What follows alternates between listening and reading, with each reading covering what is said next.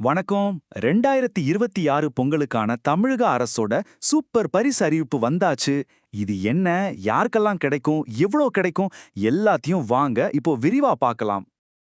ஆமாங்க, இந்த அறிவிப்ப ஒரு ஜாக்பாட்னே சொல்லலாம். தமிழ்நாட்டுல இருக்கிற பல குடும்பங்களுக்கு இது ஒரு பெரிய உதவியா இருக்கும்னு எதிர்பார்க்கப்படுது.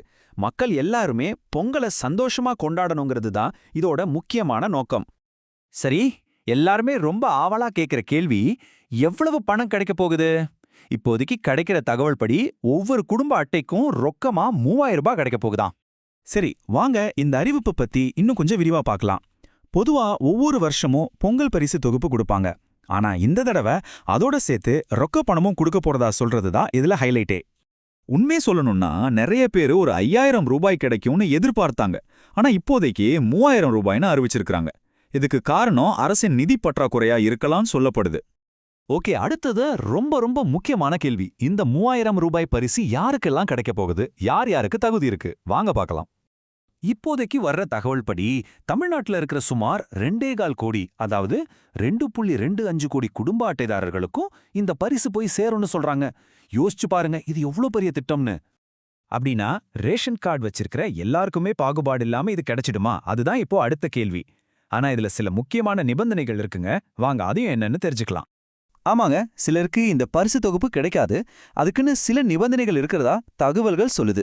இது ரொம்பவே முக்கியமான ஒரு பகுதி, சோ கொஞ்சம் கவனமா கேளுங்க.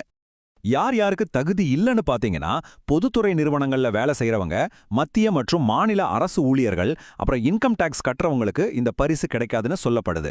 அது மட்டும் இல்ல, இன்னொரு முக்கியமான விஷயம், ஒரு வருஷமா ரேஷன் கடையில எந்த பொருளுமே வாங்காதவங்களுக்கு இந்த பரிசு கிடைக்கிறதுக்கான வாய்ப்பு 50% கம்மின்னு ஒரு தகவலும் இருக்கு.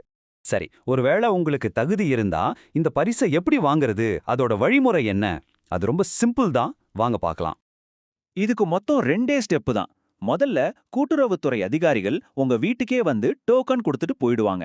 ரெண்டாவதா அந்த டோக்கனை எடுத்துட்டு ஜனவரி மாசம் 8ஆம் தேதிக்கு அப்புறமா உங்க ஏரியா ரேஷன் கடைக்கு போனீங்கன்னா பரிசு தொகுப்பையும் அந்த பணத்தையும் வாங்கிக்கலாம்.